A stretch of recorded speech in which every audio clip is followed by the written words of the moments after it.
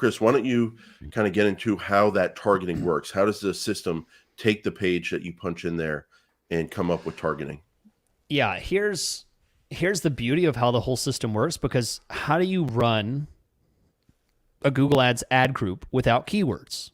Well, the keywords are supplemented by the content on your website. If you did not know, there's an entire system of algorithm, bots, machines, AI, whatever you want to call it, that goes around reading websites, reading pages of websites, and categorizing those websites and putting them into, it's like a giant librarian running all over the place and categorizing everything so that it can put things in order and understand this goes here, this is this, these two pages are the same kind of content, they go together. So it takes that categorization method and then uses it to match to searches that appear to match to that category. So it substitutes the keyword, which would be that, Google's going to look at a keyword and understand it to be a certain category, certain type of thing. It's going to supplement that keyword for the content on your website. So down at the most basic level, it's really just a signal system of person looking for ABC, and your website matches to ABC, and it's going to show your ad if you have budget, if you have bid appropriate, and you're targeting that area. So you have all the same kind of targets geographically. You can choose where the ads are going to show. You have bids. You can choose your own bids if you want to do manual, you want to do automated, max conversions, max clicks, all that kind of stuff applies at the same level. All the campaign settings apply in the same way that they do for everything else. It's just the keywords are no longer there.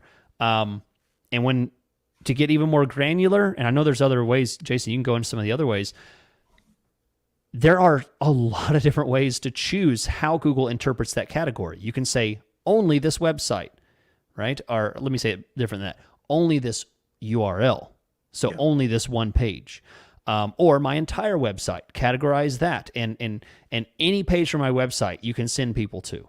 Or only send them to these 3 landing pages. And only use these landing pages as the targeting method for this dynamic search ad group. So really can get very specific. Jason, there's other ways too.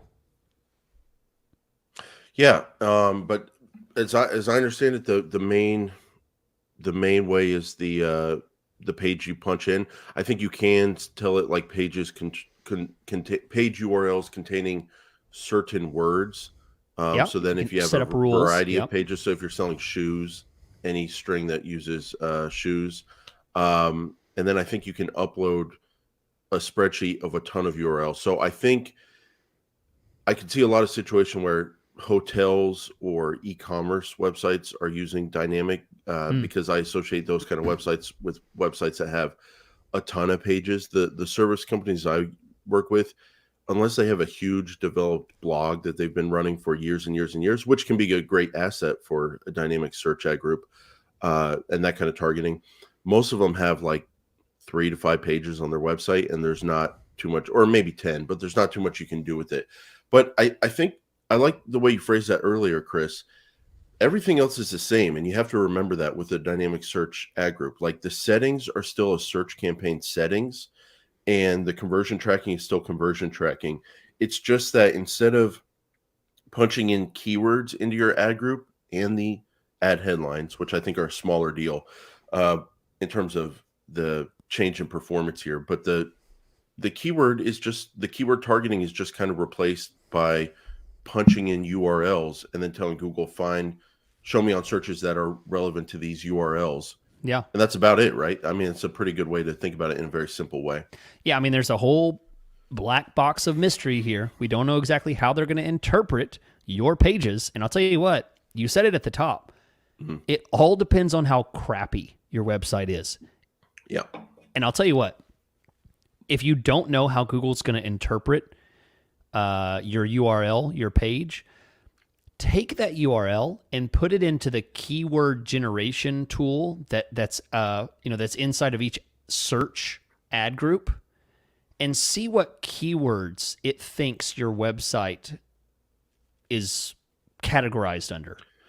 Now this is where you are in a regular standard ad group. You're on the keyword page. You hit the plus sign to add new keywords. You can add them in a box, but over to the right side, you can punch in a URL and it'll That's help it. you generate keywords. So you're saying punch in the page in question and see what they come up with as suggested keywords. That will give you a clue on what they'll show you on for dynamic search ad groups. Yeah, because if you think Great about idea. it, that's the same technology that's going to be determining the category of your page for the dynamic search ads. Yeah, same So technology. punch that in there, see what it generates. And if you're like, oh gosh, these are not right, maybe you should go back to the basics of, page title, content, H1 tags, stuff like that. Maybe you're missing the mark on your copywriting on your page.